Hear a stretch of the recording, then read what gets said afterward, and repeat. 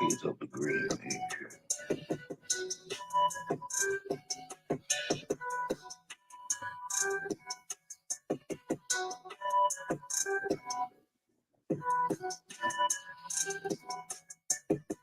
Y'all hear me?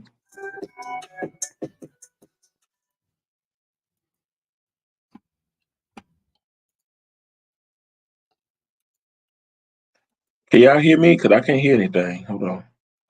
Yep, we can hear you. What's going on? So, what's going on, people? Let's go ahead and start it off. Hold on a second. Let me adjust a couple of things here. Actually, I lost the real background. Hold on a second. There we go. Hello. Can y'all hear me? Yeah, I can hear you. We can hear you. Yep. So let's go ahead and kick it off here. Hold on. Get a little light on. Cool. I guess everybody else join in as they come in. So let's go ahead and kick it off here. Get the introduction started. So we go ahead and get started here. I forgot I need to put this in the damn thing too, man. Boom. I wanted to kick that off at the end. But I got to time it out. Computer, I can't hear on this one. I gotcha. But I know you muted, CJ. Gotcha. Yeah, I know. Gotcha. All right, cool. So let's go ahead and kick off the introductions. I'll go ahead and start it off here. And I guess hopefully everybody come aboard before I finish the introductions. That way I could keep it streamlined. I don't have to go back and forth. But let's go ahead and get the banners going. All right. So again, my name is Brandon B. Dixon, NLS 1541210. I'm at BNL Owners on all social media. I need to come up with this virtual background that's moving, man. I've seen them; they look pretty live, but we'll wait till I get this green screen going. On YouTube, it's at BNL Owners also on YouTube. So y'all can go ahead and like, subscribe, so on and so forth. Go to my website, www.applywithb.com. If you want to go ahead and book me for a consultation, or you want to go ahead and start to get the mortgage together. Also, you can call me 832-775-8357. You can call me 24/7 if it's about business. Also, don't forget I am a reload, so I'm on both sides as well. So if you need to go ahead and buy, sell, invest, lease, or finance them, I can help you with that as well. So go ahead and hit my website, www.brandonbdixon.com. Also, we got the CLCinvestmentclub.com if you want to get with us on real estate investments. We got the club going as well. CJ, go ahead and go ahead from there. I got you queued up. There it is. I couldn't hear y'all. But you look like Mac Henry, man. You got the black background. It's hard to see you. Is it? Yeah. Oh, see, they got a black background. You can't see him. You see him. You trying to sound like white. Is that what you trying to say? No, you got the black white though. So even like I said, I got it, but I don't think I look good with it on there. I got this black one right here. Hold up. Oh, yeah, I've been trying to test them out and see which one looks. Yeah. All right. Let me see. Yeah, it's like I don't even like them. Even this red one. Nah, I'd rather do the blur. What about that? Is that no? Because even the blur don't look right. I'd rather do none, man. Keep it raw. You know what I mean? So, but CJ, you ready? Yeah. What's up, everybody? CJ, the realtor broker owner of Greenwood Realty Group. Follow me, hit me up. Let's link connect on social media at CJ Sales Texas. That's CJSELLSTX. Also, we have our website, Greenwood Realty, and the website is greenwoodrealtytx.com. So if you're a seller, buyer, an agent, want more information about the brokerage, we have all the information online for you. And any forms that you need to fill out, just go on there and check that out. Of course, we got our YouTube channel, CJ the Realtor, where we're doing our videos, our home tour, Lux Edition, starting a new series for business owners for the local Houston market. Just let you know who's out here and what they're doing. So go on there and tune in. Let me know what you think. Give me a like, subscribe, share, comment, all that good stuff. Then finally, we got our mentorship program, the Mansa Academy, where we teach our young men knowledge of self-improvement and entrepreneurship. So if you want more information, go to themansacademy.org. All right, and Barry B, I got you queued up. All right, this is Barry B. If you're looking to buy, sell, or invest in the Houston and surrounding areas, you can go to homesbybarryb.com and give me a call at 832-786-1270. I'm on all social media platforms. Just put in Google Homes by Barry B, and you're gonna find a way to get a hold of me. Let's communicate with me, and let's talk about your goals for 2024. Gotcha. Corey, I got you queued up. Here we go. All right. Corey Smith, broker owner of Commodore Mortgage. Here for all your mortgage needs. Just holler at me. Gotcha. All right, so I think we're gonna go ahead and get it kicked off because I got a few clips as well. So as if Patrick, I invited a special guest, I'll see if he pop up as well. But if they pop in, they just have to join in on the show. We got Patrick and Hyman that's kind of lagging a little bit behind, but let's go ahead and get started. I wanted the overarching theme to be this week because I talked with I've been noticing like I don't know if you've seen the same thing. Corey probably seen the same thing, but man, two things I noticed is spiked up for 2024. Insurance rates, like for these HOI quotes, and then the credit reports just shot up, and the saw pool just shot up all of a sudden. So double and triple. So this inflation, the way I'm looking at it though too, like stuff that new construction that I see used to be like less than $100, because they have the warranty on now a month for like a 2,300, 2,500 square foot house. Now it's like 2,000, 2,500, for a brand new house. So it's double. It's a cool double For insurance. So a lot of times that's like $100 more a month, and that could make a break. I got one that I thought I overestimated it, and I undershot it by $52. So and it's mine went up last year. Mine went up last year. Yeah, it went up a lot. I was like, man. Right. Yeah, So I got John coming on I got John coming on the 23rd, the insurance guy. So he's gonna break down. He got a chart he wants to show us, like how Texas is just getting hit with all these expenses just because of how many natural disasters and all that, hailstorms and all that. So Texas just getting hit with these premiums like crazy. They tried to hit my auto insurance as well. Like man, I had an accident since the 90s. They're like, yeah, but it caused us to do more business in Texas. I'm like, that ain't my problem. So I had to recast my whole thing, and I wound up getting a little bit of a deal. I had to recast, rerun everything, and I got a couple of dollars off. But they was trying to charge me a couple of dollars. I'm a diamond customer. You know what I mean? So it's crazy. Everything going up. I can see where, pretty soon, $60,000, $75,000 household income not gonna be able to afford a house. They're gonna be perpetual renters, man. You need six figures just to damn near to afford a house nowadays, man. It's crazy. With everything going up. That's another reason why you see a lot of people from California and Florida moving here because they can't get insurance. Right.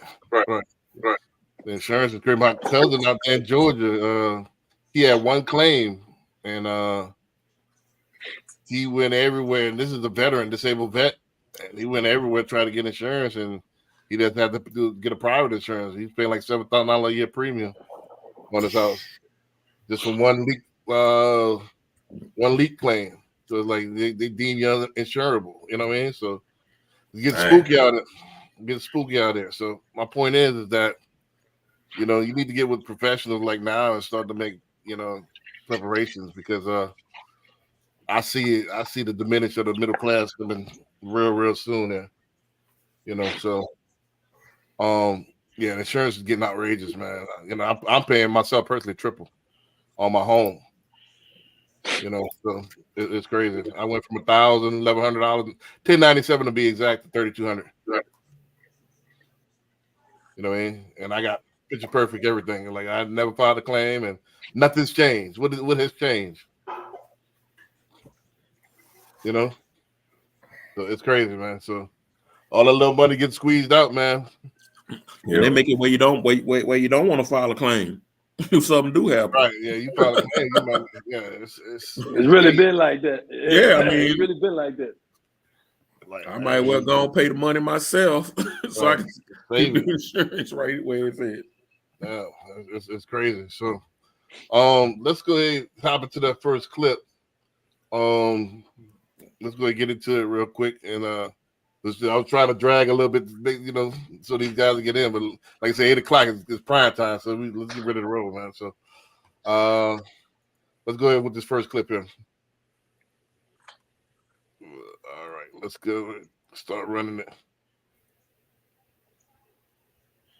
This morning, a critical discovery after that very close call in the skies. I'm excited to announce that we found the door plug. The NTSB saying overnight, a teacher in Portland contacted investigators after he found the missing piece, a door plug, in his backyard 2 days after the decompression explosion at 16,000 feet, which twisted and bent nearby seats and sucked the headrests and cushions out of the 737 MAX 9. One teenage boy had his a sock was stuck in the plane's frame. Where we going with this? Right. Hold on a second. I might have to make a left turn. Shit's getting weird. Hey, look, that whole situation. Commemorative coins honoring Harriet Tubman go on sale today from the U.S. Mint. Each coin. Oh, I gotta find which one. Goddamn. All of his videos start off like that. Hey. How you gonna know which one is which? Shit's getting weird. What? Part infinite. Mickey Mouse will belong to the. Oh, that all his videos start off like that. Hold on one second. Let me cue up the right one. Yeah. Hold on, let me get the right one. Shit's getting. Yeah, I did have the right one. Not that one on that I put on. The last one was the last one was the right one. The Mickey Mouse joint? Nah, this was the one talking about the companies eliminating the bachelor's degree. And I was going with that somewhere. Yeah, we talked about that last time. Right. Yeah, we touched on it last week. Hold on a second. Let me make sure I get the right one. All of them kind of look the same. He got all this. You got to put on a different shirt or something, man. You know what I'm saying? He probably doing them all at one time. Cutting them. Huh? He probably doing them all at one time and just cutting them. All right, here we go. All right, so let me share the screen here. Oh, you got to put on a different shirt, man. Switch some shirts up. All right, here we go. No problem. Major companies, including Bank of America, Dell, they've ditched requiring a college education for workers. That trend only expected to grow. Nearly half of companies recently surveyed plan to drop bachelor's degrees as a requirement in the coming year. Good. That's what I say to this. I say good and good riddance. Listen. I've been saying this forever. I feel like college degrees, bachelor level, right, is one of the biggest scams ever, because I'm going to go to a company, and this is for some jobs. Some jobs I feel like you still need a degree. For most of the jobs, hell nah. For what? You're going to hire me on, and then you're going to train me based off your policies or whatever your requirements. And then I'm going to have to be retrained because the market is changing all the time. I'm going to be retrained to the new standards anyways. So my degree really meant nothing because it's outdated. Listen.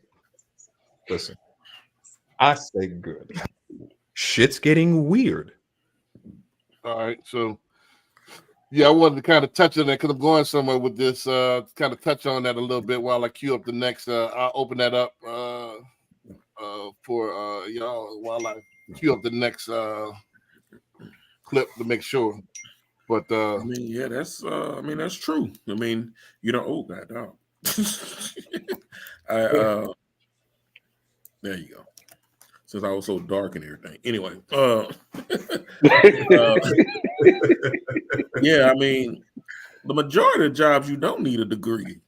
I mean, Right. and like he said, you're gonna get trained anyway. So it's like you go spend 4 years for them to show you something, and then you go to this company and they're gonna show you how they do it, Right. Now, I mean, unless you want to be like a doctor or a lawyer or something, of course, yeah. But majority of these, I mean, majority of these degrees, like you said, they scam. Right. Well, you get all this debt. Yep. What what they say? Me taking trigonometry is gonna do with if I'm plastering, if I'm putting up a drywall or something, and all this.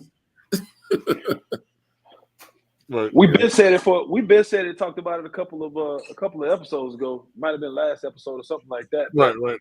I'm glad, you know what I'm saying, these companies are starting to smarten up. What I've been saying is that, you know what I'm saying, the simple fact that you can memorize and regurgitate back some information doesn't necessarily make you the best person for the job. You know what I'm saying? You could have a degree, but you could have a person that just not a school person and have those better quality of skills. What a lot of companies started doing, they started going to these personality or character tests, or, I forget the term for it, but you take these tests and they tell you, according to the test, what your strong characteristics are and what your weak characteristics are. And then does your strong characteristics match what you need for that job? I think that's a better route to go than to require a degree, because a degree don't necessarily do anything. You got a lot of dumb people with degrees coming out trying to learn a job. It takes them forever to learn what to do. Yeah, right. Even like, because I went for engineering, but like while I was there, it seemed like every other year the books would change. So the information that was learned in that previous book may or may not be valid anymore. So like he's saying, it's outdated. I could see that. And it's a joke that goes around. It's like, oh, you got a BS degree? Yes, BS. you got an MS degree? That's MOS. Like my bachelor's degree is in drafting and design. Doing it to drawing it. I mean, and that before then. So they brought in AutoCAD in the late 90s, early 2000s. So everything I learned, I got to learn again. I got to learn on the computer now. Hey, and what's so crazy? So I went for electrical engineering, but they made us learn how to do everything by hand and then showed us AutoCAD. I was like, y'all dirty. But it comes in handy when the system goes down and you still got to get work done. You know what you got the tools and information to do it. So it made sense. I was like, boy.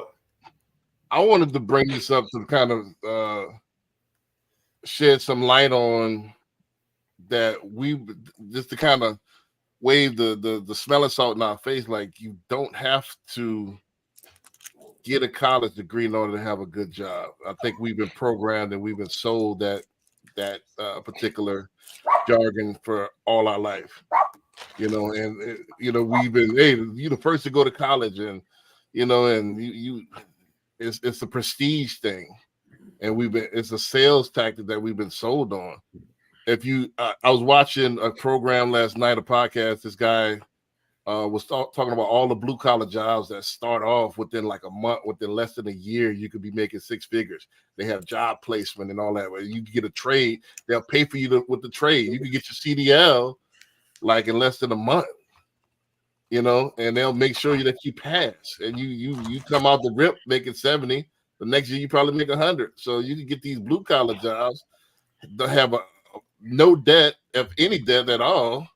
And then you're making more than you would in a quote unquote white collar, like you just said, with these sociology degrees. You wind up becoming an insurance agent. So you wind up, that's the only thing that'll bite on you. You wind up being some admin where you didn't even need the job. You didn't even need that education at all. So we've been sold that degree behind a name, but that means nothing in the workforce. It's all about dollars. And I'm saying this to relate to real estate because I think a lot of things that push us out of real estate is that student loan debt.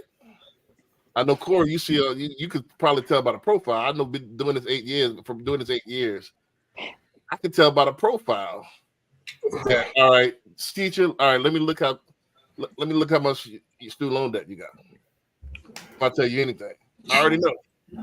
I already know certain professions, you got a whole bunch of student loan debt. You know, so and these particular jobs is the juice worth the squeeze. All right. So I got $100,000 worth of student loan, $80,000 to $100,000 worth of student loan debt to make $55,000 to $65,000 a year. Is that worth it? Right. And it's like, kind of think of it too, like even like during these downturns and the economy going bad, I don't call any tuition prices dropping. Right. So basically, I want people. I got a whole overall. I don't want to bite the conclusion. I don't want to jump to the conclusion this yet before I give my benediction here. But we really need to take a look at blue collar. I don't know, for some reason we think blue collar is bad, but that's what built the country. Right.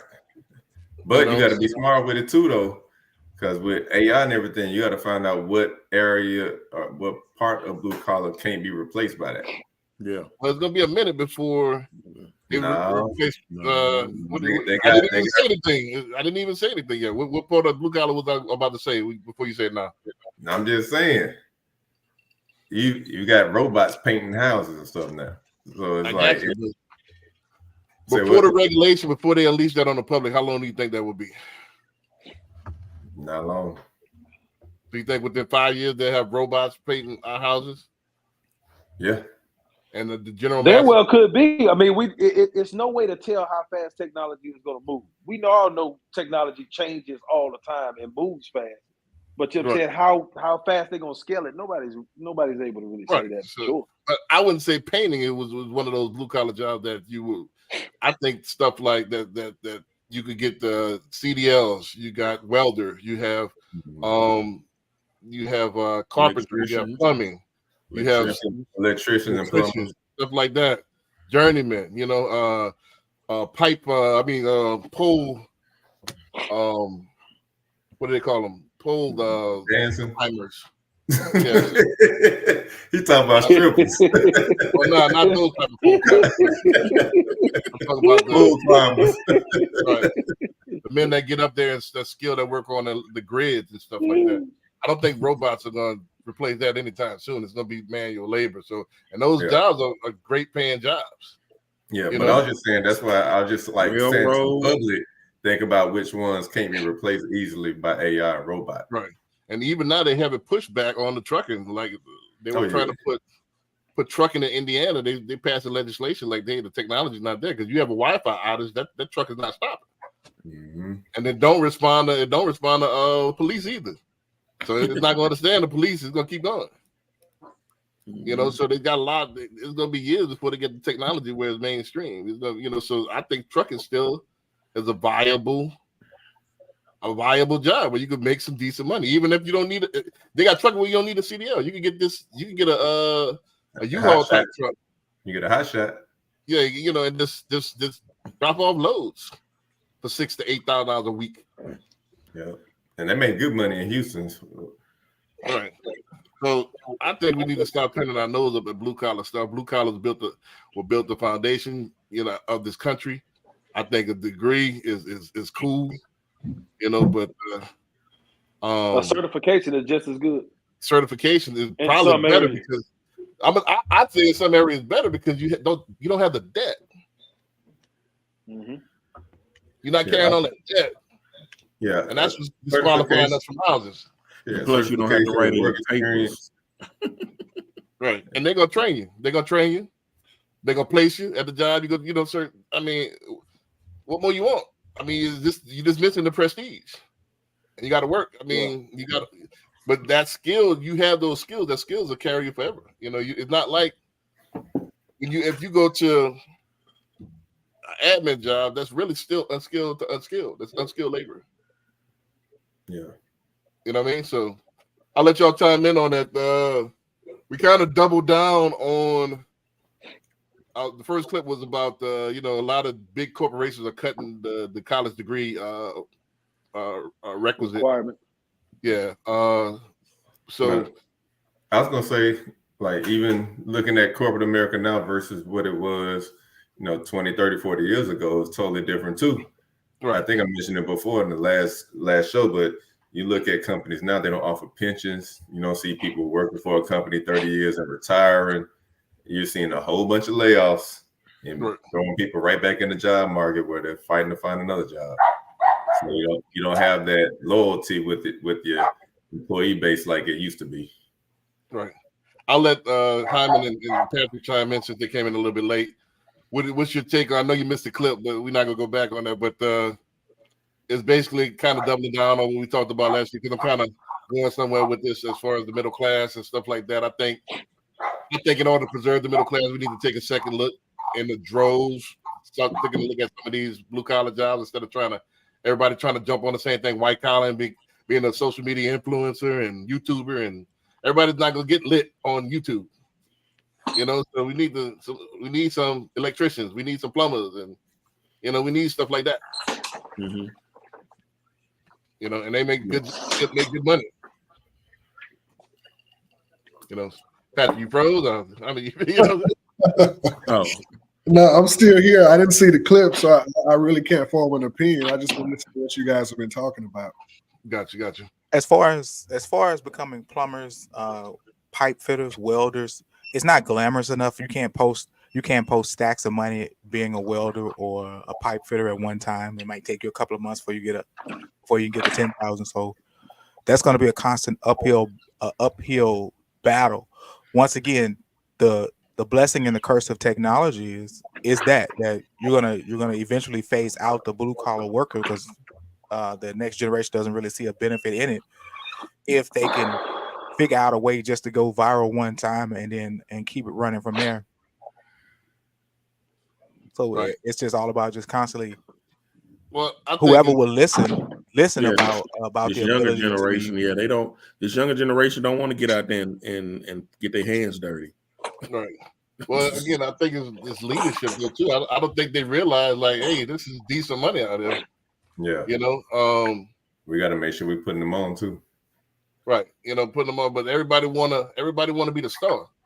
That's the problem. I used to say this all the time when I was in my business. Everybody want to be Vince McMahon, but they don't want to have the Vince McMahon problems. Nobody want to be Hulk Hogan. They don't realize Hulk Hogan eat too, but everybody want to be the head honcho, and don't want to put in the head honcho work. So they all want to say CEO on there, and don't have the work ethic to see it through. Don't have the work. Don't have the gumption to go ahead and do everything and that you need to do to form a company. So that ain't for everybody. Mm-hmm. Everybody trying to be in the same space. It's not glamorous, but you can make a decent living. Why not make this a decent living when you can afford a house, you pay that house down, and you have a decent retirement? So we chasing. The key word is decent. Nobody wants to be decent. I think you've mentioned before, who wants to be mediocre? Well, that's not really mediocre. I disagree. Ooh. If you making 100 plus thousand, then you scale up and you take that, like we said last week, and you start to own your own business. The sky's the limit. Oh, okay. Mediocre is when you in the craft and you clocking in and clocking out. You're not taking it serious. You're not trying to be the best. But here's the thing, what I'm saying? Not everybody's made to be a boss. Not everybody, what I'm saying? Some people just made to be mediocre. What I'm saying? And if you're okay with that and that's sufficient for your life, then what I'm saying, that's fine. Ain't nothing wrong with that. Right. But if you strive to have more, what I'm saying, you have ambition to have your own business, to go into a trade, what I'm saying, the knowledge and stuff is out there. You have no excuses. Right. I think we need to look at a lot of trades. I think the perception as well of trades is Job Corps. I think that's a lot of in our head is Job Corps. Job Corps is not the only way you can get a trade. Right. So, and I think I mean, like when I was in high school, I mean, like we had a body shop back there. We had woodworking. you know, where kids were learning that when they were 16, 17, you know. Now you don't have that. Well, now that's replaced with a technology class that talks about computer coding or the advantages of marketing, quote unquote, social media classes now. Right. Yeah, you pop the trunk on a new car, you don't see nothing but the oil stick anyways. They don't even want you in it. Yeah, everything else is computerized. That's very true. Right, but even They don't even want you touching nothing. You still gonna need the mechanics. Mechanics not going anywhere anytime soon. You still gonna need mechanics. You still gonna need pipe fitters. You still gonna need welders. I mean, as they get these EVs, though, you just need battery swapper outers. Yeah, you need a battery. Battery swapper outers. Right. So my point is that we need to revisit some of the non-sexier professions. Another keyword, non-sexy. Who wants to be a part of something that's non-sexy? What matters at the end of the day? It matters. That dollar bill, yo. Dollars. If you able to make money and make a living, you know what I'm saying, sexy or not, you got to do it. Right. It's a lot of people doing a whole bunch of stuff that ain't sexy right now. But I think Barry and I are the oldest on the panel. So I remember back in the days, man, dudes used to wear they work uniform to the club just to show that they had a job. That used to be, the thing. I don't know, they come straight from work and they'll be all dirty and they'll go straight to the club and they'll have the women all over them. Because how old do you think you are? How old do you think you What time was that? That was in the 90s. That was in the early 90s. That wasn't no 90s. That must have been the 50s or something. You know what I'm saying? Y'all forget. I don't remember that. Bear was in. I remember B was back in Louisiana, so I'm was okay. I'm old, but I ain't that old. That was the thing. I swear, dudes used to go to the club in their work uniform and pull a whole club. Yeah, that's good. They used to go in there with their per diem in their pocket. Right. Man, they used to, because the women knew they had a good paying job with benefits. That used to be a thing nowadays. Now you gotta have 10 stacks in your hand and put it to your phone. And I'm a rapper. I got one video out. Went viral or something. It went viral. I got 1 million clicks. Barry B, go ahead and show that picture where you was up in the Red Rooster with your work uniform on, man. We want to see that. That's the old players. That's the city council. We got any old schoolers in the building, man? Chime in, tell them, say, hey, man, that was a thing, man. I seen that with my own 2 eyes, man. I'm like, man, I'm gonna have to get me a job. But it was so refreshing. Like, man, but when I was coming up, though, I mean, that's kind of stuff that that they were looking at. Seeing you had a job, somebody that worked, mechanics, there was a mechanic or a plumber or something, and you see them in their work uniform, you knew they worked. But over the years, I mean, even when I was in high school, they started, you get that more of that, oh, you got to go to college, And I was in high school in the the mid 80s. And so that's when they start hitting, you need to go to college, and high schools were pushing that to go to college. Back in the school days era, you know what I'm saying? Yeah. But yeah, school days, everybody wanted to be in the frat. School days, So, but yeah, I mean, like I had uncles that worked for Armco Steel for 40 years, working at the plants at Armco Steel, and one is a tow truck driver. I mean, so I had those were sexy jobs back in the day. That was sexy. Oh yeah, you worked at Armco Steel. Oh man, you was. And you was the women back then had they desires were different. As long you could take care of the household, you had benefits. They didn't even have to work back then. Man, you was good. Now you gotta fly them out the first night, and it's just a ball game, man. Can't go to the Cheesecake Factory. Yeah, you can't go to the Cheesecake, man. You gotta level up on it. Big boy tried to tell you a long time ago about that Cheesecake Factory. Man, hey, let's go to the next clip because I think this relates. I think we've been sold. So let's go to the next clip so that way everybody can chime in. I think we've been sold on this, and it's this trace from back here. Let's go in on this right here. So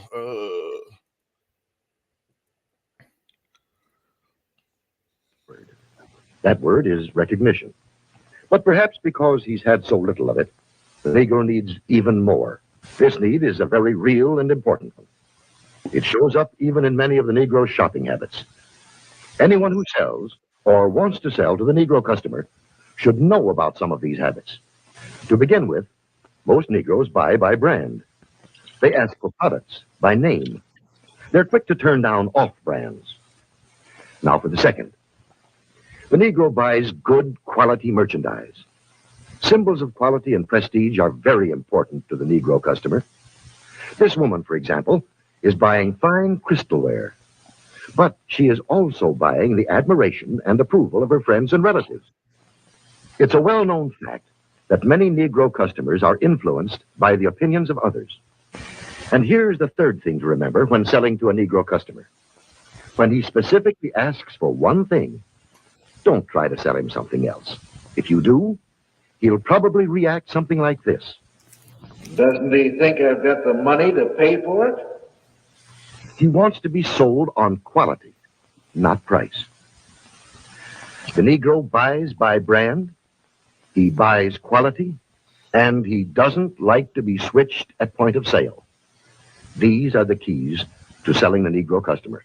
The secret of selling to the Negro. So that's I've seen that was that an old one. I've seen that before. Yeah, Yeah, where'd you find this clip? Man. Man, I've this seen is it an old one that's before. been thrown around for a minute, but I finally found it again. But it relates to. I want to see if y'all picked up on a couple of key words that they said. So I'll go ahead and open it up. They said a couple of key lines in that is very still important to this day. You know, and that's how they've been selling us. Yeah. So I'll go ahead and open it up while I search for the next clip. Yeah, quality over price. But to me, it's not even that in a lot of situations because people get hung up on names and they think it's high end, but the quality think it's quality. Yeah. And then you find out, I saw something about some of these brands was connected to inappropriate photos with children and stuff like that, but that was in and out the news real quick.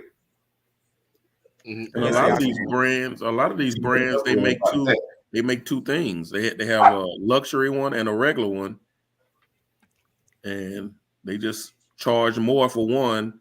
And some people go with it just because it's got that name on it. Right. Yeah. So understand something on that clip. You know what I'm saying? I think we all been guilty of parts of that clip. Maybe not everything, but parts of that clip. I do think, you know what I'm saying, us as a culture, we do like the finer things. Now, there's nothing wrong with wanting the finer things, but if you haven't set yourself in a financial position to get those finer things, then that's when it becomes a problem. If you going into debt or putting your family at risk to get these finer things, to get these name brand labels because you want to impress somebody else, that's where the problem lays. If you've worked hard and you've done yourself justice, you've done your family justice, and you put yourself in a financial position, there's nothing wrong with wanting great things to show off. Right. Well, Patrick, you've been quiet. Go ahead. I'm looking for the next clip, so I'm gonna go last on this. I gotta manually do this. I don't know. I just didn't like the whole video itself, right? But I guess that was a thing in time. Well, that's a sales training video back in like the right. That's a real video. And you know, I guess places have that now, but I guess they, you know, have it for everybody. I don't think all those qualities were or traits were just specifically applied to Black people. One thing for me, I'm definitely into quality, right? But I also want value as well, right? So I don't know, when I'm shopping, I look for both, just depending on whatever it is. But yeah, I didn't really like that video too much. Well, it's not. I didn't want to like make it like triggering. What I wanted to get the overall psychology of selling and that's been known that we might not know as consumers, but don't forget that people, in order to pad their pockets, they're plotting and planning. This is the next level. This isn't random. Everything is strategic. Right. You know, and you best believe that certain things were strategically placed in our community and certain things are strategically sold to us. if you don't think that, then I don't know what this video shows you. This if they let this leak, it shows you that there is strategies behind this. It's not just random. Okay, we got sales. I'm targeting this particular genre in order to make more money. I can mark up, and then he don't want a deal because he it's prestigious. He wants the one of the key things is that she will earn the admiration of all her family and friends. Right. Mm-hmm. That was one of the key things I wanted y'all to point out. Like, she will earn the admiration of all her family and friends by this item. Look what I got. Mm-hmm. Mm-hmm. And this gives her admiration for all her family and friends. Yeah. And we've been doing the same thing with Benzes, with all these things that mean absolutely nothing, but it's the brand. So, and I think it's the same thing with college degrees. I graduated from LSU. I graduated from this, but I got a sociology degree, but I got a degree. And it's a prestige, and it's a family and friends thing. But it doesn't mean it's squat in the real world. You're still behind. You still put yourself in a hole.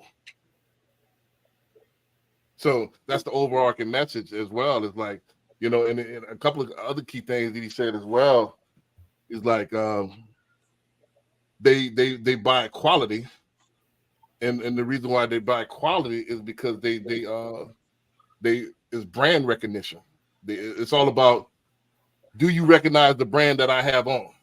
Mm-hmm. And that's all. Huh?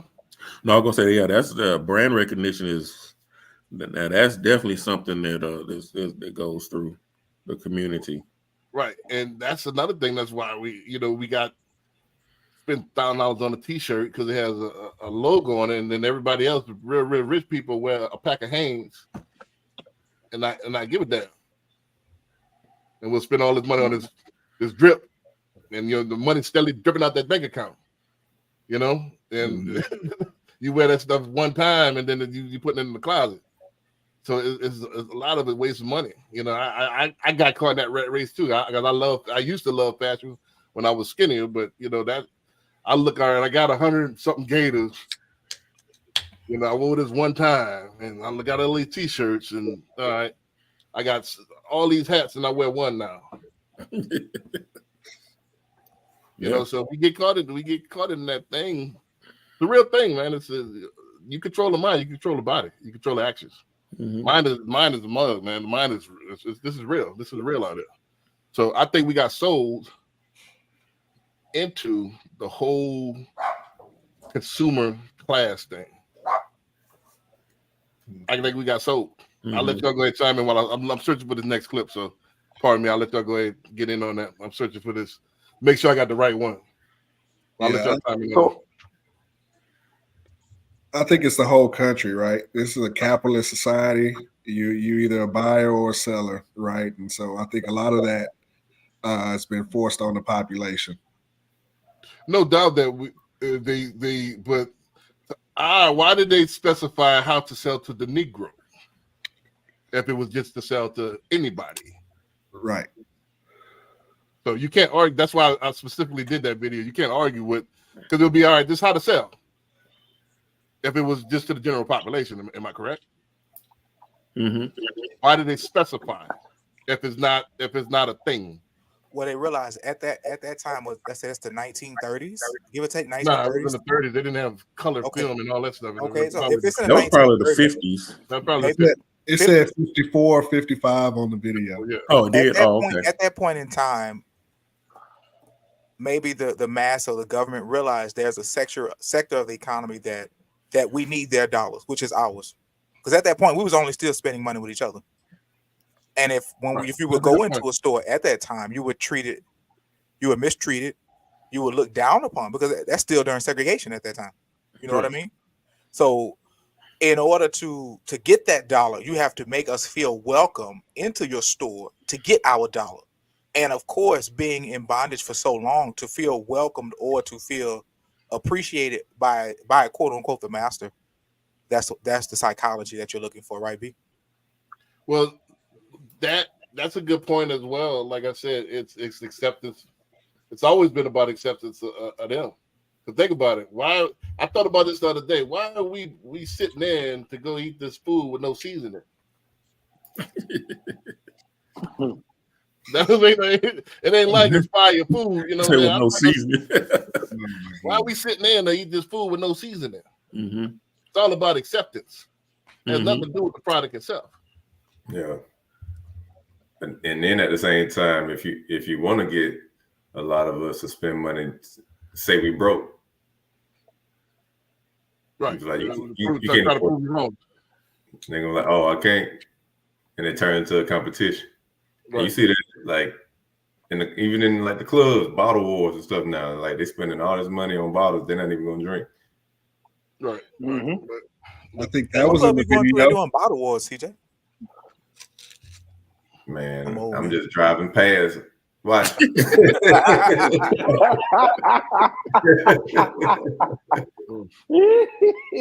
you can see some of the residue that's still there. Like, I mean, I think we've been stamped with the consumerism. I think it's embedded, it's baked into the culture. You know, I don't think it's just. I think I was watching part of Cat Williams today. He said something prolific as well. Like, why would you pay attention if you don't like us that much? I think you've been sold that they don't like us. I think they pay attention because they know who you are. You just don't know who you are. You know, so they specifically pay attention to our community because if we dominate everything we do. So if we dominate the financial sector, it's a wrap. So I got to keep a close eye on this because, I got to keep you buying Ferraris and stuff. And or if we turn around and instead of spending that trillions of dollars elsewhere and turn around and just support Black businesses, that's gonna be like a game changer. Something they want to see either. Mm-hmm. Right. So I think it's the opposite. I think specifically they look at us. I think it's the turn the blind eye. I think you're not only naive, but I think that's part of what they want to happen. Like, and no, it's not happening. And it's happening. Let me ask this. You know what I'm saying? Does the perception and the opinions about that video changes if we know that a Black person made that video? Nope. Not really. It's still if he that makes it worse. That make not really worse, but it aided to. That's almost like the Saints signed his offensive lineman from the Falcons last week just so he could get the playbook. You know, and they dominated the game. You know, so you helped the other team blow us out. And as you say that, they might have got that information from somebody in the community. They had to. Well, tell me what y'all like. They had to interview. Because if they're not letting us into their stores, how they know all this? Right. Here's the history behind it. You know what I'm saying? Is that a Black man actually made that actual video. You know what I'm saying? It's actually a clip of a 20-minute video. Really? And it doesn't go by, you know what I'm saying, what we think because we've seen a 2-minute clip. You know what I'm saying? It's not what we think it is. John Johnson, which was the actual owner of Ebony, Jet Magazine, and some other publications as well, put that together to say that, hey, look, you guys are spending all your time marketing towards these white people. Black people are a consumer base as well. Like, we spend money. We have the ability to spend money and make you guys some money. So why don't y'all spend some of that advertising dollars on my publication, for sure, towards these Black dollars? So instead of having us as a prop in your commercial where we have a nanny in the back or we have this servant that's bringing you, whatever the case may be, why don't you put us in the forefront and make us a little bit more glamorous when you're spending your marketing dollars? That way we're more enticed to spend money with you guys. At the end of the day, it lined his pockets, but you know what I'm saying, it's a video that's a great topic, but I don't think a lot of people do the research to understand that where that originated from. It originated from a Black man that his intent was not what most people would think when they watch that clip. Well, it's still kind of goes to the point. My whole thing was it's strategic. It is strategic for sure. Yeah, so that was the whole point. It's not But just really. Is it strategically true, wrong, B? Is it that? Yeah, is it true? It's It's accurate. strategic, but it's not. But when everybody watched that video, the strategy is not coming from the class of people you think it is. Right. No. And, yeah, and I said, like I said, it's even worse. Like I said, just like you, he lined his pockets, but that's when he lined his pockets. But it was at the expense of, taking dollars out of our community. And that's dollars we was gonna spend anyway, though, B. Well, that's a different way you spend it. It's not about spending. You're going to spend, but you got to be strategic and plan how you spend. If you want the win, this depends on where your priorities are. If you want to win yourself, fine, you can spend it. But if you want to be more communal on how you win, you got to be more strategic on how you spend. I never knew that a black person did that. That's interesting. But then now that's a great point, B. But that wasn't your point 5 minutes ago when you didn't know it was a black person that made it. No, my whole point is it don't matter who it was. My point is but I'm just saying the point of the video, you know what I'm saying? Your opinion about the video kind of changed. You know what I'm saying? No, it really didn't. Okay, here we go, B. Yeah, you right. It was about, you think this is not strategic? It is. Why did they specifically say black folks? It's not just that hadn't changed. What has changed about that? Because they was trying to reach the black dollar at that time. Right, but now you said at first that's not a bad thing at that time. No, that is a bad thing if you think about it. You're thinking about it today. No, back then. All right, then it wasn't. That's my point. Before you even said that, my point was why are we standing in line to eat this food with no seasoning? If the name of look at CJ's background, Greenwood, we had everything we needed 50 years earlier than that. Well, 30 years earlier than that. We had movie theaters, we had dinner offices, we had probably restaurants that I probably hands down was better than theirs. So why do we need to spend money in their particular shops? Right, especially the same level of quality is already within reach. Right. But now we gotta put things into perspective, though. We're talking about the 1950s. Like we didn't have the availability to create our own hat line, our own China line. You know what I'm saying? The way that we do now. Back then. What? So you know what I'm saying? It's easy to say. You know what I'm saying? Huh? Greenwood, that was the 1920s. That was the 1920s, bro. What you talking about? We had Tulsa. You talking about Tulsa? Like Wall Street, yeah. In Tulsa, yeah. Yeah, they were self-sustaining. They had everything back in the 1920s. They were all wealthy. They had airplanes. But that's in Oklahoma. That's what 49 other states. That there were several other cities like that across the country. Wall Street. Yeah. No, we had. We talking about several cities in the midst of a whole country, right? You know what I'm saying? So all I'm saying is that I don't know exactly where this was located or whatever the case may be, but we can't take one or maybe 10 or 15 cities and make that a blanket statement across the country. That, you know what I'm saying, everybody had the resources to do this type of stuff and create this type of stuff where they can sell it inside their own community and not go outside the community. That's all I'm saying. Well, my point is this. Okay. Jeans. All right. Lee. Who is Lee? Who is Jabot? You know, and we might have had Jackson jeans. We had FUBU. Everybody spent money with FUBU. Right. But I'm talking, let's go retro. Okay. It's all denim. We had access to denim. We could have designed. We had plenty of seamstress and stuff like that. But we got sold on that our denim is better than your denim. It's more quality than your denim. And then not only that, on top of that, when you get our denim, you're going to be more socially acceptable and you're going to be the talk of your family and friends. That's what was sold to us. That was what was in the video. That's in the video. Because when you got Jackson jeans on, it ain't the same as Jabot jeans. It's all denim though. At the end of the day, in the video, they talk about, you know what I'm saying, when the black culture want what they want, don't try to sell them on something else, right? So we wanted that stuff. If we wanted our own type of jeans, we could have bought our own type of jeans. Don't sell us Jabot when we want FUBU or whatever the case may be, right?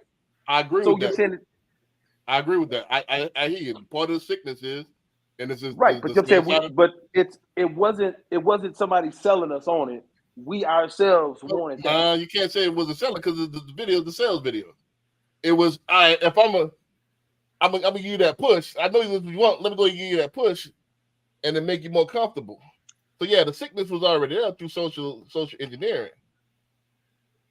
But I'm gonna help you with that push. So I agree with that. Just like we say, like all of this music is destroying our youth, but we keep buying it. We keep making it. This is what we want here. This is what we want to turn up in the club. So can you blame the executives for putting money down on what's gonna sell? It's both. What's up with the mind that keeps consuming this music? Mm-hmm. You see what I'm saying? So yeah, I agree with you. It's both. If a kid wants to listen to a certain type of music, you know what I'm saying? How you going to exactly stop them? Because you can't be with them 24 hours of the day, right? Right, but my point is, it's part of the degradation of society to consume this music. So you can't just.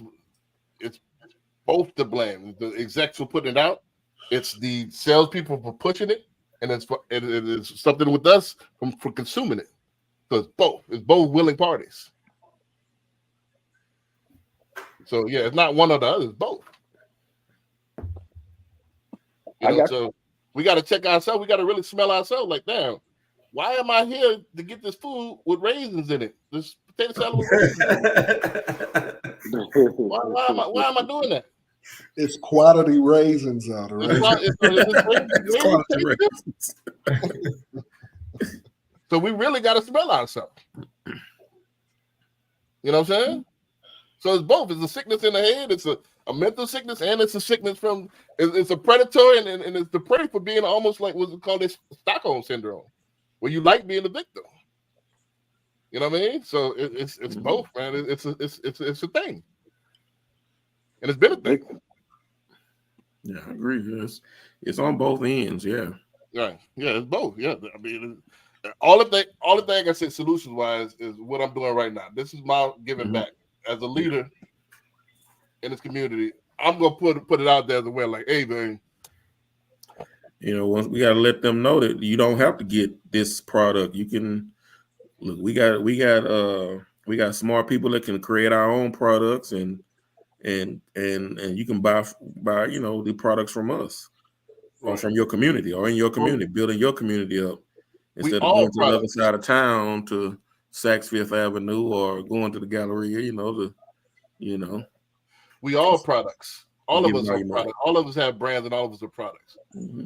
And we're probably the coldest in our field. We are still probably one of the coldest panels here. However, why is somebody that's in our community we got Jackson jeans.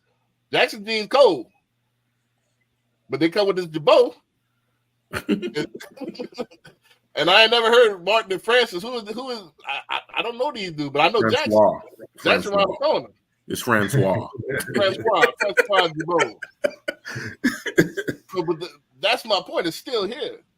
So it's both. We got to get the people like, hey man, Jackson. This ain't actually Jackson jeans is more thread count. It's actually colder. If you really look at it. You know what could help with that? If you get some of these people that they look up to, if you see them in it, I guarantee you'll start seeing more people. That's a big part of it. But it's big part. But that goes back to marketing. When you looking at these videos and they got on Louis and all that, that's what they going for. Well, it's big pay, take little pay. Jackson G can't afford to pay an influencer $15,000 to do a 4-hour walkthrough. Oh yeah, I know that. That's what we trying to get it off the love, off the strength, and the strength is in the dollar. So they're gonna outbank us every time. They're gonna out. Hey, all right, well, here you go, Puffy. I'm gonna pay you to promote Ciroc like it's yours. Mm-hmm. You know, and Ciroc is horrible too. Right, but it's because you think not Puffy that summer watermelon. He don't even own it either. Anyway, you don't even own it. So he never owned it. He had a that summer watermelon. You ain't never had that summer watermelon. I don't like watermelon. I would never would have it. Let's go to the next one. Cause damn, I'm a walking stereotype. That watermelon is Hey, Corey, drinking watermelon vodka, eating fried chicken. Yeah, come on, man. Look. Yeah. Maybe you like this one, Patrick. Like I said, go on to the next one. I found it. Boom, here we go. College degree. And if I can give you 3 pieces of advice, number 1 would be don't buy dumb shit. You got to wait on the fancy car, watches, and jewelry. And definitely do not buy luxury clothing items until you have at least $100,000 savings or an investment. Number 2, while in your 20s, spend most of your time building your skill set and your brand. This is what will most impact your success and make your life much easier in the future. And number 3, if you're going to buy your first piece of real estate, don't make it your personal home. Make it a duplex or a quadplex and let tenants pay your mortgage. This is how you win in the long run as your property appreciates and declines. Remember, there can be no progress, no achievement without sacrifice. I became a millionaire by age 30 without a college degree. And if I can give you 3 pieces of advice. All right, I was just wanted to make sure we seen the beginning of that. But you kind of seen the overarching theme of this, man. He gave 3 pieces of advice. I'll go ahead and open it up while I search for the next clip. You know what I mean? So I'll go ahead. You know what's interesting about that video, B? Yeah, go ahead. Every part of that video was targeted, to be honestly, towards a young version of I guess you say young black people, because you had the money sitting on the thing, you had all the liquor sitting next, and then you had the designer. Now, did they hear the message? No, they just saw all that stuff and saw a white person doing it. Mm-hmm. Sometimes with the younger generation, you know what I'm saying, I think that's what's needed in order to get their attention. For them to listen to the message. Well, Do you think they heard the message? That was the attention getter, right? That was so people I think that's what watch the video. Exactly. That's just like, you know what I'm saying, they have a video with this big booty girl, you know what I'm saying, with a thong on or whatever, you know what I'm saying, shaking her butt, you know what I'm saying. They're gonna hit a message, but you know what I'm saying, the attention getter is not gonna allow for you to scroll to the next video. You're not gonna hear no message. Man, that's just like what message you gonna hear big booty thing shaking? That's just like you in the food court at the mall and they got that tray of chicken and you wouldn't even think about eating nothing, but then they got a little free sample, so they get you in there and then it's over with. Nah, bad example, CJ. Right. Who got anything on the 3 things that we talked about? I don't know. I think his message was good. I think the message was good. Right. Focused on learning and developing yourself in your 20s, right? In 20s, yep. Get you some, something that's going to generate you some income. He talked about a rental property. Right. Let that pay off your house and your mortgage, and then you go buy those finer things. Right. Right. Once you get $100,000, I remember hearing that when I was young. It was like, hey, you don't have any money until you reach $100,000 in savings. So I think that still applies today. Well, I think it's a non-sexy approach. I think a lot of us, and I'm bringing it back to our community. A lot of us want to turn up in our 20s, and it should be the opposite. That should be our work while we able, especially if we're getting it out the mud. So I think we need to be working 2-3 jobs. I think we need to get it all how we can get it in our 20s. That way we setting ourselves up for comfortable 30s, 40s, and so on in retirement and all that. I think we need to be. I'm not saying don't have fun, but I think we that YOLO life, and not get serious on a life until your 30s. I think that's bass backwards. So I think we need to develop our skills and hone in. We got to be good at something. Get good at something in your 20s while your bills are low, and then gradually build and save and stuff like that. I think in our community we taught if you're in a superstar by you 21, just have fun. We really don't get out of college until like 21, 22, 23. Then we got to figure it out for the next few years. So. I don't agree with that. You know what I'm saying? The whole $100,000 for the person that comes out of college or the person that don't go to college that's making $40,000, $50,000 a year. How long do you think it's going to take for them to raise $100,000 inside their account before they choose to do something? Well, They've you lost cannot out on live a, by paycheck on a alone. ton of money. Another I 10 cannot live by paycheck alone. What you Another say, Pat? Another 10 years. With all of us being in some aspect of real estate, how much equity in a property have you lost in 10 years? How much money have you lost in 10 years trying to wait to raise that $100,000? It's bananas.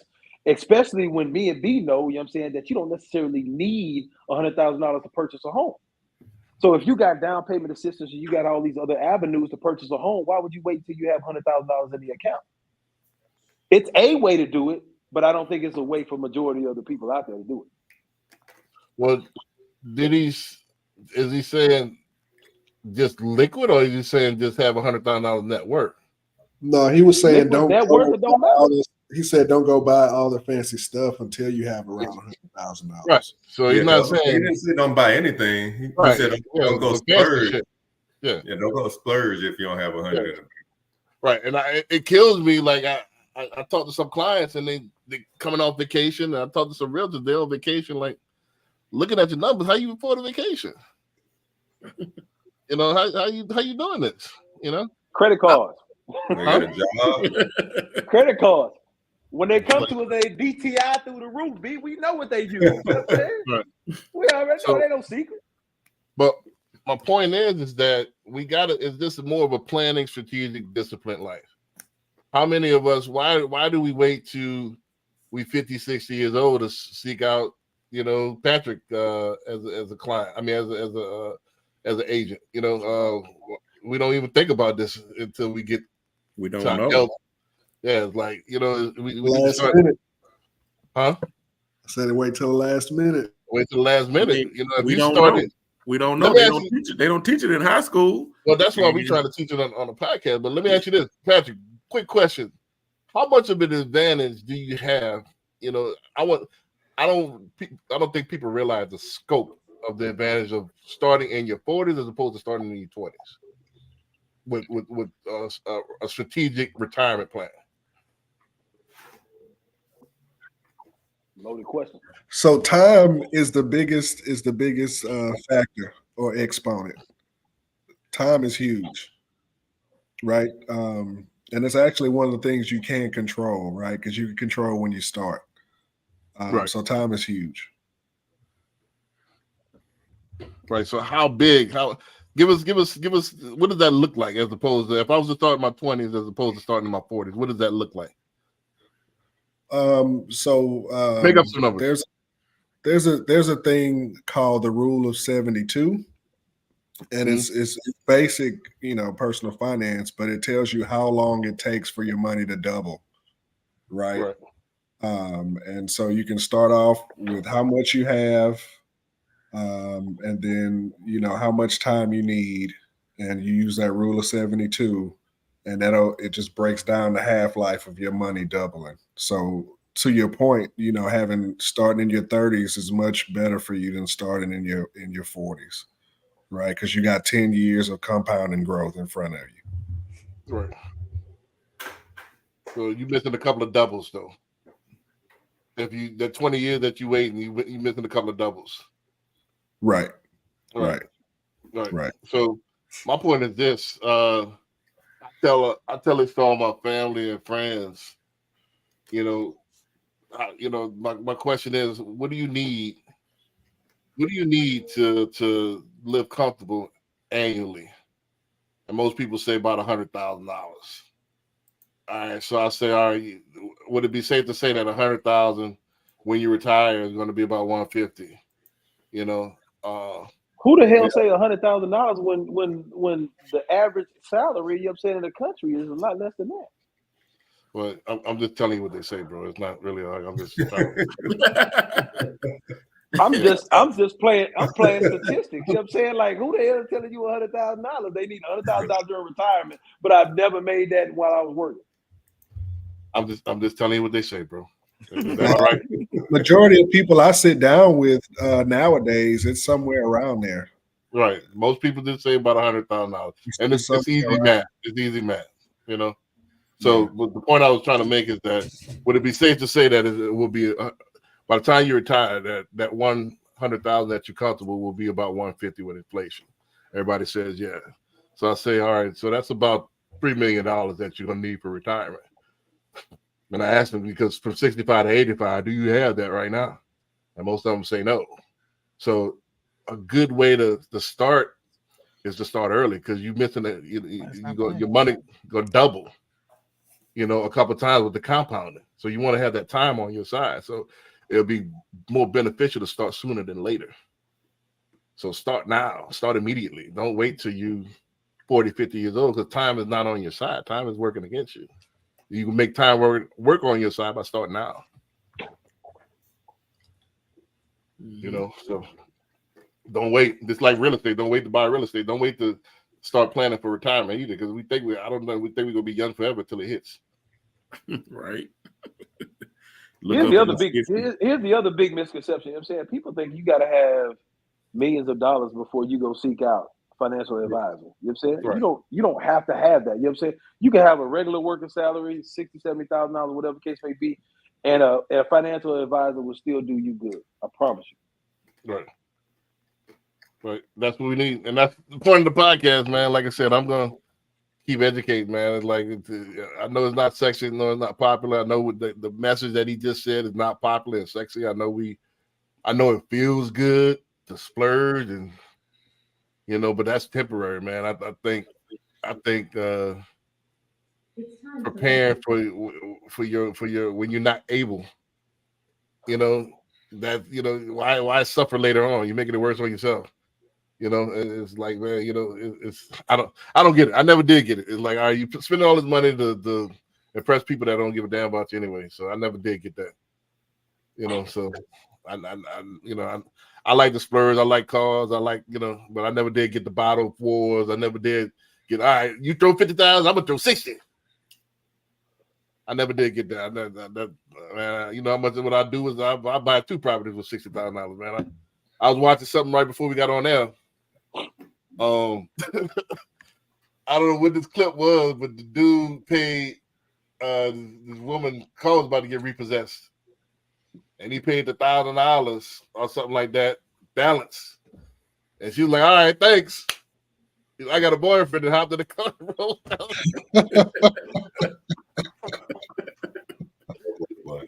I can't get you I can't get your Instagram or anything. I give you my Instagram, but you ain't get my number. I'm like, man, $1,000, man. That's his fault. That's his fault. You can't even blame her. That's his fault. Did you even pay? Hey, he was trying to buy some quality. That's what. That's what he did. That's like, man, did you even paste it? You know what I mean? Come on, at least man. kiss you on the cheek. You even get a little something. She high-fived you, all right? I'm like, man, what the hell is this world coming to, man?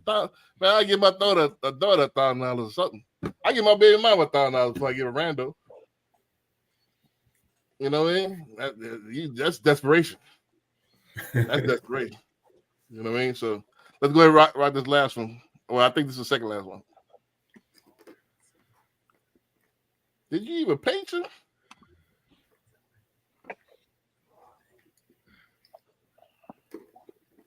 Stocks and options, being a trader, and I'm dealing with so much theft at this project where people are stealing the turf. And I bought the house next door again through trading, so I'm looking out the window. They don't know that I'm like filming them stealing the turf, loading it up one by one.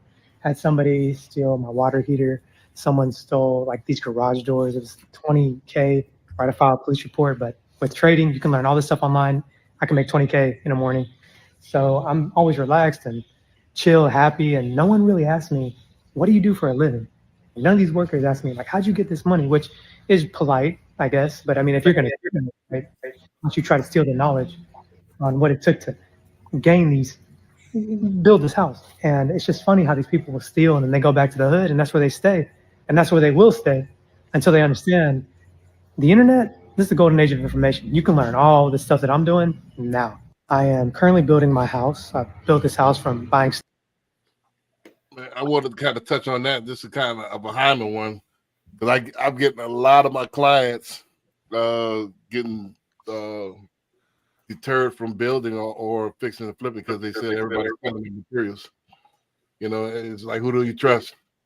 You got to have somebody 24/7 watching the materials damn near nowadays. Everybody driving off with the materials, or, you know, homeboy,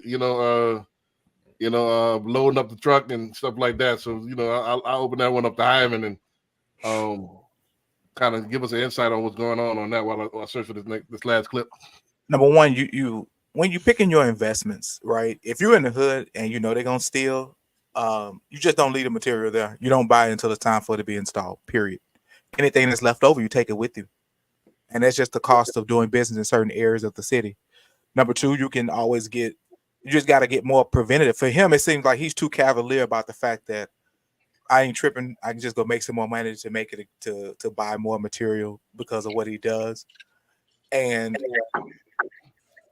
is that the right way to think as an investor? No, you know, I mean, you'll constantly be looking. You'll constantly be in a deficit because every time something gets stolen, you have to account for that somewhere, and it comes out your profitability. Period. Right. But I wanted to say though too. But what's going on with the latest trend? Is it just in the hood? I've heard it's kind of like everywhere that people just stealing materials. When it got bad, yes, people were stealing a lot of material. When it got bad, when the rates was up, when you couldn't find certain materials, yes, they were stealing it.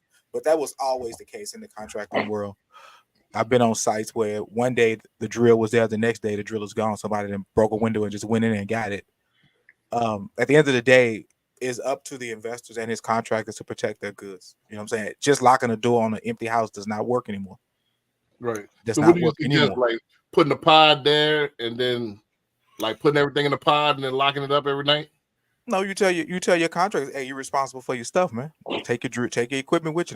Don't feel like I don't want to lug other stuff with me every day back home and back and forth. Yeah, you're gonna have to, because you're not gonna be responsible for it. I had a homeboy that built a house just recently, and the contractor walked off with $30,000. Now, with that, once again, you'd like to touch on this as a business owner. The 90% of our responsibility is making good decisions. And if we can't make good decisions on people, we shouldn't be in business.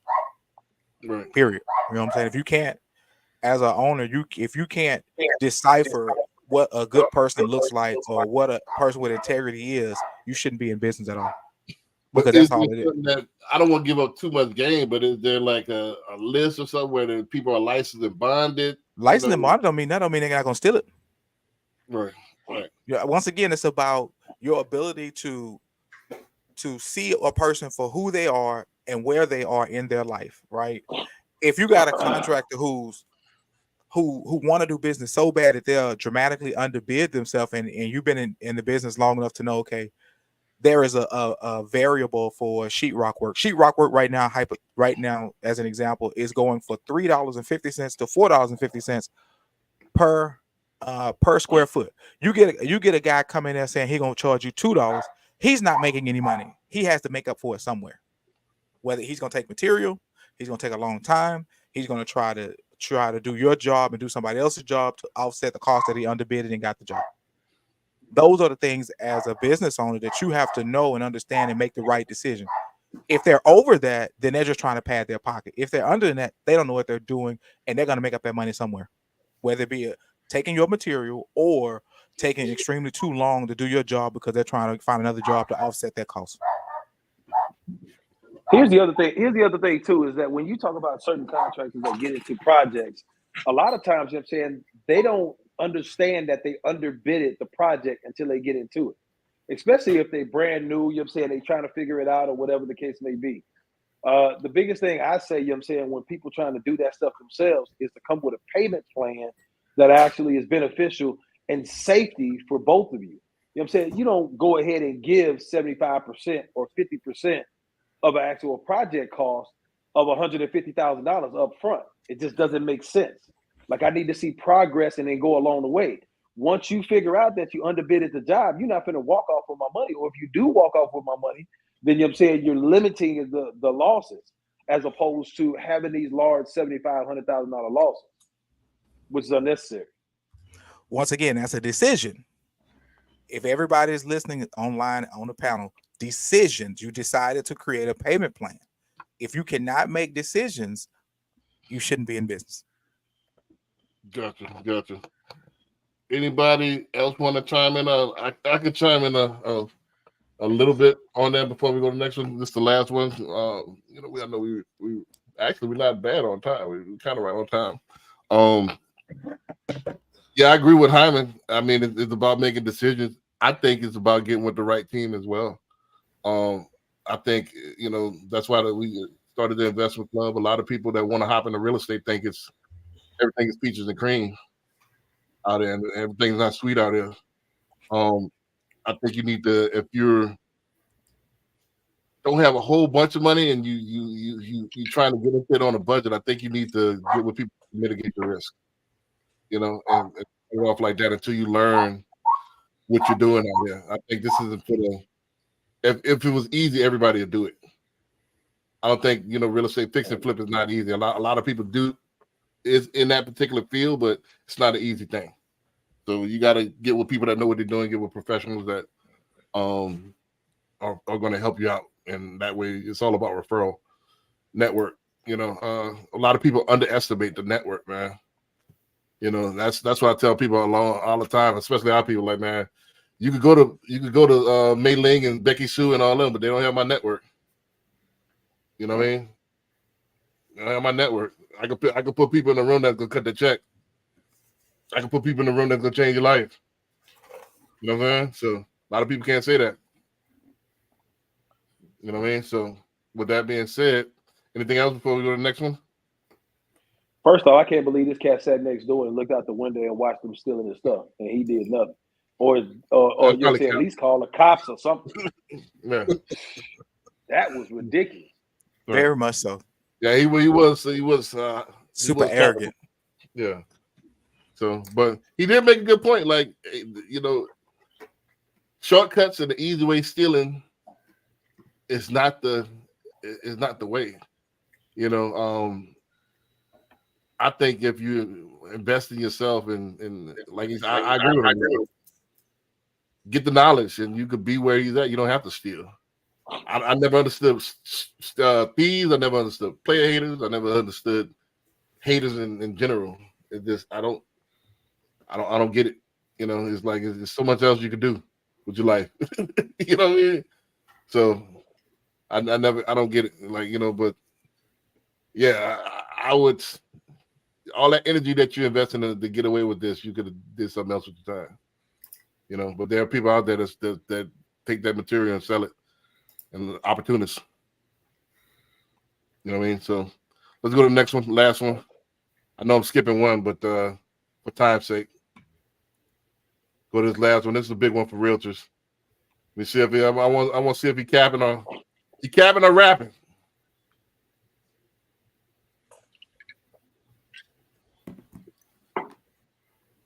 Opening up your MLS every morning. Out of my run, taking a moment to catch my breath. I got a goatee right now. I look like I should be pitching for the Padres, shaking off the curveball, all heater. Okay, so anyway, open your MLS. Go to single family townhouse condo. So you're gonna go to new search, single family townhouse condo. Go to additional terms. I want you to search up fix up needs repair. Now that you've done that, I want you to go to lists, go to price per square foot ascending. You just did two things there, you guys. You just took the MLS and said, hey, all the jacked up houses, please raise your hands. All the best price houses, please raise your hands. Then you're gonna have recently reduced, back on market, and new listings. That's who you're going to want to call first. That's your lowest hanging fruit. Sorry, car passing. That's going to be your lowest hanging fruit. Be a human being, make friends with these agents, go solve problems. But you guys, if you go do that filter every morning, you'll make, I've done it for the last 10 years. This is just an extra layer of my business. It's an extra $200 to $250 a year just on market deals, and that's how we get them. Also, I want to be the most valuable follower of 2024. Please follow me. What the heck? Realtors, I'm about to show you how to make 200 grand by simply opening up your MLS every morning. Out of my run, taking a moment to catch. All right, so he capping or rapping? Doing a little bit of both. He's rapping. I don't know what he doing. Bear, what he doing, dog? You ain't say nothing yet. Either I don't know. I was still kind of like. What he's saying? You can earn an extra $250 a year. Is that what he's saying? He said a quarter. He said you can pull a quarter out. Yeah, well, 250,000 a year. 250,000. You said by opening MLS every morning, going to single family townhomes, looking for the fixer uppers and make friends with the realtors and solve problems. Well, he said makes friends with the realtors. Right. You got to dissect that one, Barry, again when you'll be able to catch it because Yeah, it was tough to watch on the first try. I had to watch it like 3 times to understand it myself. Oh yeah. Oh, okay. Yeah. I'm gonna need to. Yeah. Go ahead, break it down to us. That's what the panel for. Go ahead. What did you get? All right. So for us here, you can't really use the filter for ascending properties, right? You can do most recent price reductions, I think, but yeah, you can do that. You can do that, right? So what you do is once you put those in, those people who just recently reduced their houses, you call the agent and you just chum them up. You know what I'm saying? Talk to them about what happened. Why did they drop the price? How's it going with their seller? Is their seller hard to deal with? Right. And once the agent feels comfortable enough to talk to you, then you solve the problem. Hey man, look, the issue with your property is this, man. Unfortunately, you did start too high. Your buyer's there. You just got to go back and find them. And you tell them how to fix that problem. Once you tell an agent how to fix that problem, they're going to love you a long time. So when I'm ready to, quote unquote, if I do it, when I'm ready to come and present my low offer to you, you're going to consider me more because I helped you in another situation. That's all it is. As far as the fixer-uppers, you can find those based on days on market, right? Because we already know traditional buyers can't really afford to buy a house and still need to fix it at the same time. That's just our general knowledge as agents. It does work. You can put that in the filters also, right? Investors or investors only, and but that filter is not great though, because you'll end up looking at some. You still want to find a decent property that doesn't require a whole lot of fixing on it, because you'll find it's a shack that you just need to tear. It'll be a tear down situation. Yeah, it'll be just the walls. That's it, and you'll be like, we can't do nothing with that. That's too much money, and you're not selling at dirt value. Yeah, whatever won't pass if FHA or VA, it's gonna need some work. That's another way to do it too. Right. So yes, it does work. It just takes a little more savviness out the agents to do it. So you hoping on reciprocity? Was what you're saying? You hoping that they'll consider you after you solve their problem? Yeah, because don't forget, I just told a story about the guy that gave the woman $1,000 and hoping to get her number. And she gave him a high five. Just went on about her business. Yeah, I don't know about that. I still don't know how he made $200,000 off of that. Yeah, I think with these videos that they have on there, they got to say stuff so quick that they don't really, get into it. Because I'm still like, how you? The money part probably doesn't make more sense if he had a GC company or something. Right. That's why all I can say. That's why I asked you if he capping. So I mean, I'm wondering, is he an agent or is he a buyer or a wholesaler? What is? He said realtors. He's a realtor. He said realtors in the beginning of the video. Now, unless he's in a small market where he might be in another state. He's definitely probably in another state. So he's in California because he said shaking off the pictures from a curveball from San Diego from the Padres. He's up in Cali. I don't mean, let me see where exactly where this dude at. But either way, if you're in a small market where you know everybody and there's not a lot of agents, I can see that. But by the time you blanket all of these agents, part timers, you go. That's an extra job. Like you hoping and wishing that they're gonna do something for you, which most realtors don't do nothing for you. That he looking for a lead from a leadless source. Right. Yeah. So that's why I didn't get it. Because I'm still trying to figure out, okay, once you sign those properties, then what are you gonna do? Because he didn't really get into that. This is what I got from it. What I got from it is that as an agent, you know what I'm saying, you have to understand, and I think that's the biggest component that he left out. You have to understand investors and what investors are looking for. What he was saying to me, you know what I'm saying, the way I interpret it, is that when you call these agents, a lot of agents, you know what I'm saying, they just, these listings landed in their lap. And then, you know what I'm saying, I can speak to the fact of not all agents understand the investing aspect of these houses. So if you can call the actual agent to find out exactly what's going on, okay, well, look, this is why your house is not selling. I have buyers that actually wants to buy this house, but this is the numbers that make sense. If you can explain this to your sellers, I got a buyer that would actually come in and buy this property. So you're actually able to get a commission because you're bringing in the buyer, and then the seller's actually able to make money because the property's not sitting on the market. They're actually able to get it sold. So then that's kind of what I interpreted from it, is that the fact of a lot of these agents don't understand the investors and the way the investors look at these properties. I need to call you to help solve this problem, help you resolve this problem so that we both can make some money.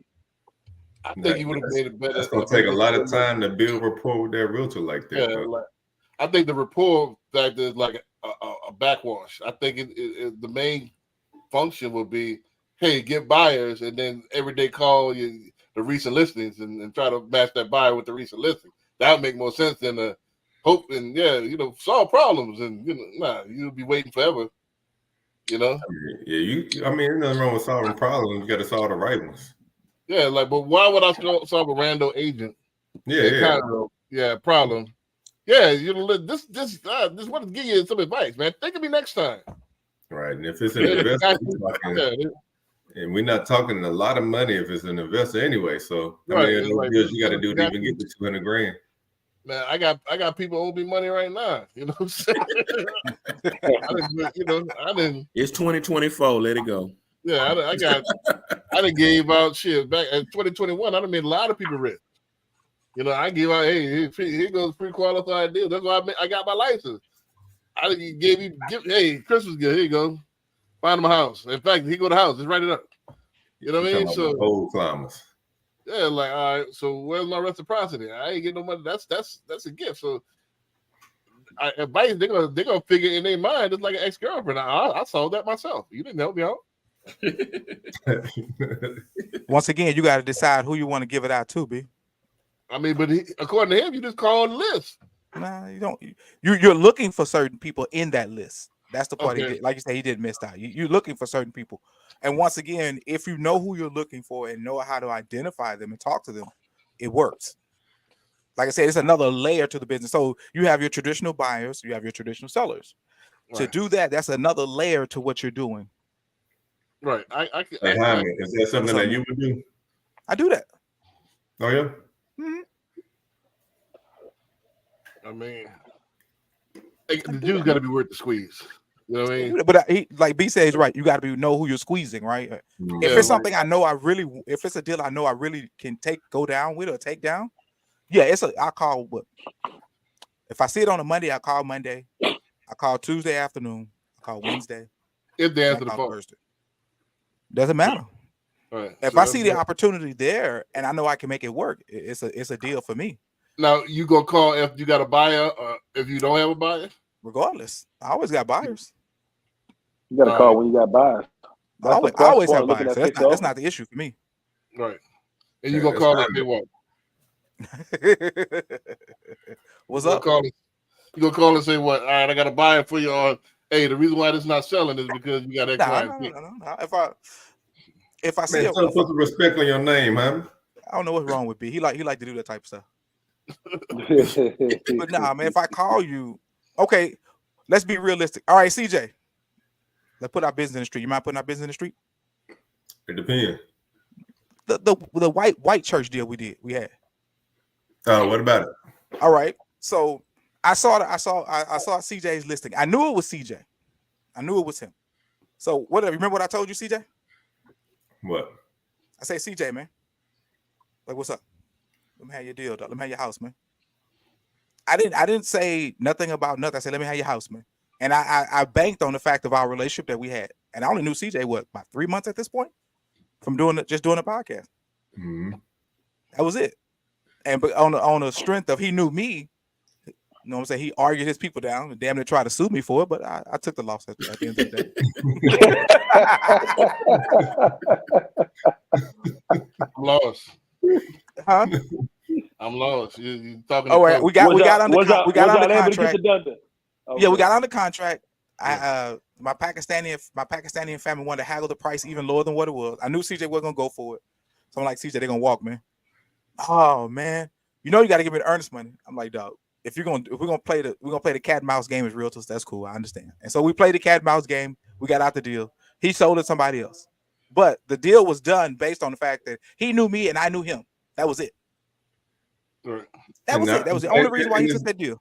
It's not just that. Like I know you have the ability to close. So when I'm talking to my clients about a potential deal, it's not just about the buyer; it's their agent too, because they can just be working with anybody doing anything and get you tied up into a contract and the house is off the market just for it to go right back on there because it's not going to go through. Right. People, that's a good point. That's a damn good point. A lot of people don't realize that they looking at the beauty contest, and it's all about, can you get the deal done? This person look like, they look like they know what they're talking about, but do they? Yeah. And a lot of our fellow colleagues don't know what they're doing, man. So we all know that. A lot of I think there was a South Park episode. They got the realtor pole with the arch in the back, and whoever can arch the back the best is supposed to be the coldest realtor. You know what I'm saying? You know what I mean? It had nothing to do with anything. I haven't seen that one, but that's you got to watch it. All of them arched the back. They got one dude damn near, about to bend all the way over. So he was the coldest. He was the Jedi. So. But so B, if I call you and I say, "What's up, B? Give me that property, man." You know what to do, right? Yeah, I know. You know what to do. You know what I'm saying? Yeah, sign my paperwork. Let's move on. Yeah, call CJ.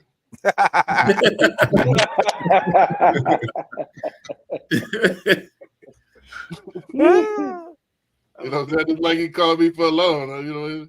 That's my area. It's like y'all call. He'll call me for a loan. Same thing. Like I said, I'm not pretending to be a master in that field yet. I know loans. I'm cold at loans. Now I will eventually get cold at real estate, but I'm not there yet. And I'm not capping either. You know what I mean? I don't even know how to work the system good. I'm gonna figure it out though. I just need reps. I just need a couple of swinging the bats. That'll be good. You know what I mean? So I got my first closing Thursday. Congratulations, man. You excited? Congratulations. I'm excited when that money touches. I learned this business. I don't get excited till that money touch my hand. Oh God. Are you going to it? Huh? You going to it? No, it's in Atlanta. Oh, okay. Oh, that. Okay. Yeah, like nah. So that's so you haven't got one here in Houston yet. That's what we want to see. I've been too busy to really work on this side, to be honest. You know what I mean? How you work real estate in Atlanta if you're too busy in Houston? Well, relationships. They knew it. Yeah, like my network. You know what I mean? So. Oh, okay. But but it's a matter of I'm going kind of this year, kind of like I don't want to say backdoor into it, but my goals is kind of like to do 20 houses. I'm going to do 20? Yeah, I'm just gonna do 20 this year. Listings L buyers or just 20 no matter what. It's 20. I'm not gonna try to outdo. I'm gonna try to make, like Deion Sanders said, the main thing is the main thing. If you do 20, you've beat damn near every agent that's already active in. Well, by default, I'm gonna get 20. Shoot, half of them only did one. Huh? Half of the realtors only did one deal last year. Right, yeah, I'm gonna get about 20 of them things, man. That ain't nothing.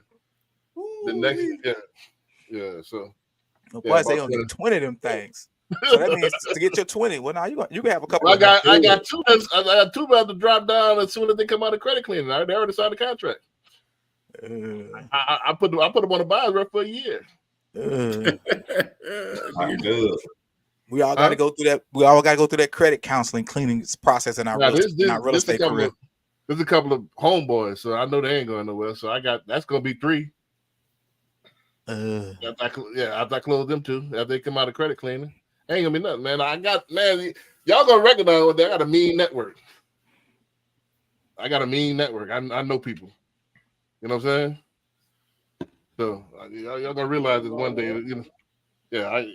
See, the thing is, it's not about who you know. It's like when the people that you know cut that check for you. Yeah, you know what I'm saying? When the people I gather around, they cut that check. Hey, be in it. All right, I'm in it. That's the difference. It's bigger than Nino Brown. Yeah, it's like yeah. So that's the difference. A lot of people know it, but will they A, accept your phone calls, and B, will they put their money where their mouth is? True. That's the difference. A lot of people cap. A lot of people cap it, man. Cap. A lot of people cap.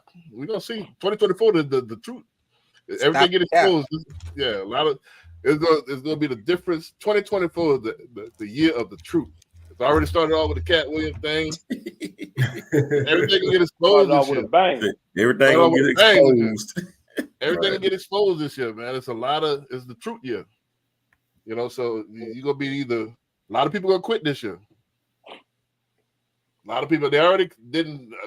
How many? Both of my LOs didn't renew their license. Really? Yeah, both of them didn't. You know, they got the one on trying to renew it. Like, man, why you wait till the year? You know, it's too late by that time. They take you out of the system.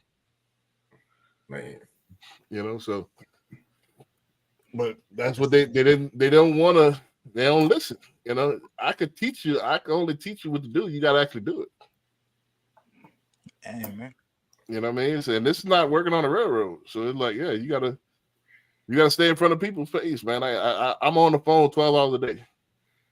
I'm just not here sitting because you got to get out more. I can't.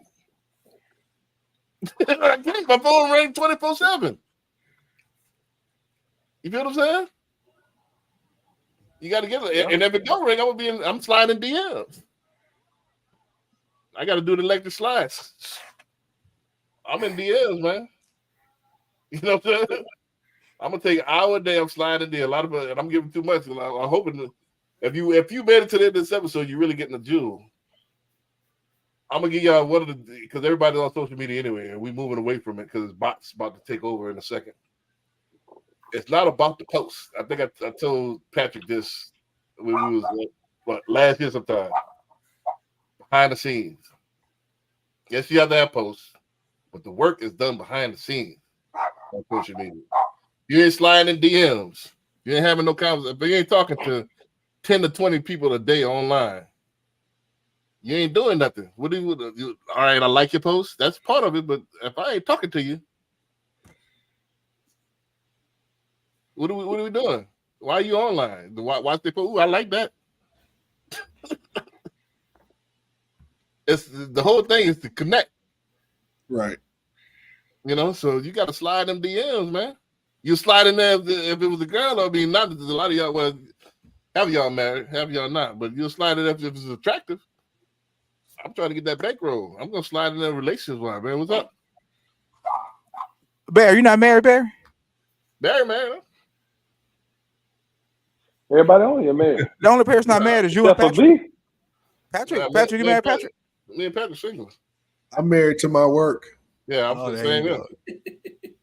I'm going to Thailand later on this year. I might come back with something. Oh, there it is.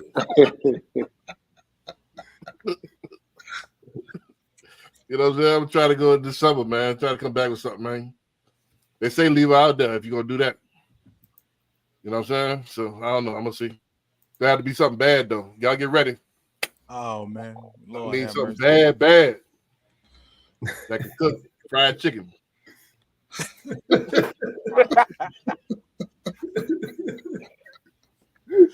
Fried chicken from Thailand, man. Hey, B, let me ask you something, B. I got one for you. Let me see. It's 1, 2, 3. It's 4 of us on here.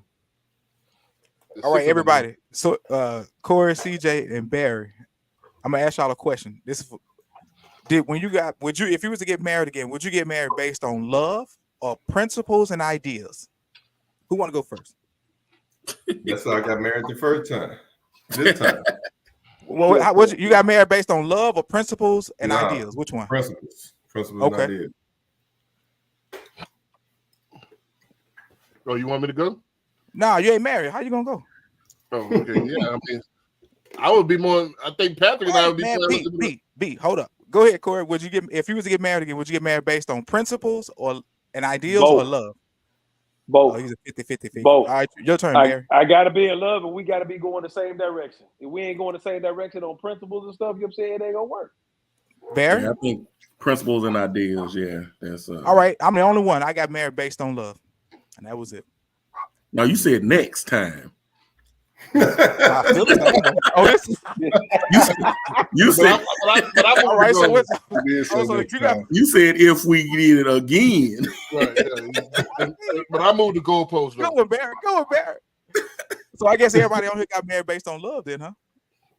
Nope. Well, now No, I Sashay did got married both. based on principle. I He had a did college both. degree. I did both. Well, I would say both too. Gotta be both. I would say both. Man, I got to get Because on if my your teeth. if your principles and stuff don't align, eventually, you know what I'm saying, you will end up divorced. Right. Because eventually, that's gonna rear his head. I can't be with somebody for a long time if we don't have the same values and core beliefs and principles. Yeah. So it don't. It I don't said go, principles it and don't go values. for- I didn't say core beliefs. It don't go for That's for the me same thing. with That's not that. the same thing, though. Well, It is. my 2 cents in it is this. I think again. Are you gonna get married based on principles and values? Be a love. Principle and value, of course. I think we have to learn to love each other. Right. You know, and that the ancient symbol that's on the walls in Egypt is for love is the plow. So you have to till that soil. You have to make that ground fertile. So it's something that you have to make. It's something that you have to come together and make. It's not something that you fall in love. That's Roman. That's why they call it romantic. Oh, just fall in love. No, you got to make love. That's You how know the what I little mean? girl got here. That sounds like an arranged marriage. Well, because we did that for tens of thousands of years. We used to arrange marriages because it used to be, hey, this family combined with this family, and you pay the dowry, and we can rock. Hey, here go your daughter. That's how we did it for tens of thousands of years before the European got on the planet. That's You know what I'm saying? It's 2024. What we doing? Yeah, but so We they still wait. arranging marriages? So Jabot is so here goes Jabot against the Jackson Jeans again. You know what I'm saying? Is Okay. they way colder? If 'Cause you it in look love, like it's if you family in to love me. with your boat, you still gonna marry Jackson Jean? No, my point is that we've done it for years a certain way. They tried it out for the last couple of 100 years, and it's been an epic failure. 78% divorce rate. 80% of the divorces are initiated by the women. The no-fault divorce has been a failure. The one-man, one-woman stuff has been a failure. The way our ancestors did it was the best way. Sorry. So when you talk about our ancestors, what you talking about? Multiple marriages? You talking about multiple? We have still to this day. You got Nigeria and Ethiopia. You could have as many wives as you could afford. That was how we rocked. Because you got to provide for them. Yeah, you got. So you going to Thailand and come back with 3 or 4 of them things? Now I'm gonna come back with one main thing, and then I might go to Dubai next year, come back with another thing, and I'm trying to have me a little rainbow coalition.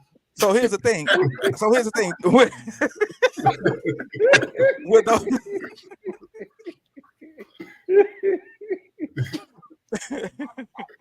As many as I can afford, he man. is going to imply his principles and values upon the women. by Yeah, him I going to don't Thailand. really want no partnership. I run this thing. You already know how I rock. Oh man, here No, we go. Oh, here we go. Oh, here we go. Here we go.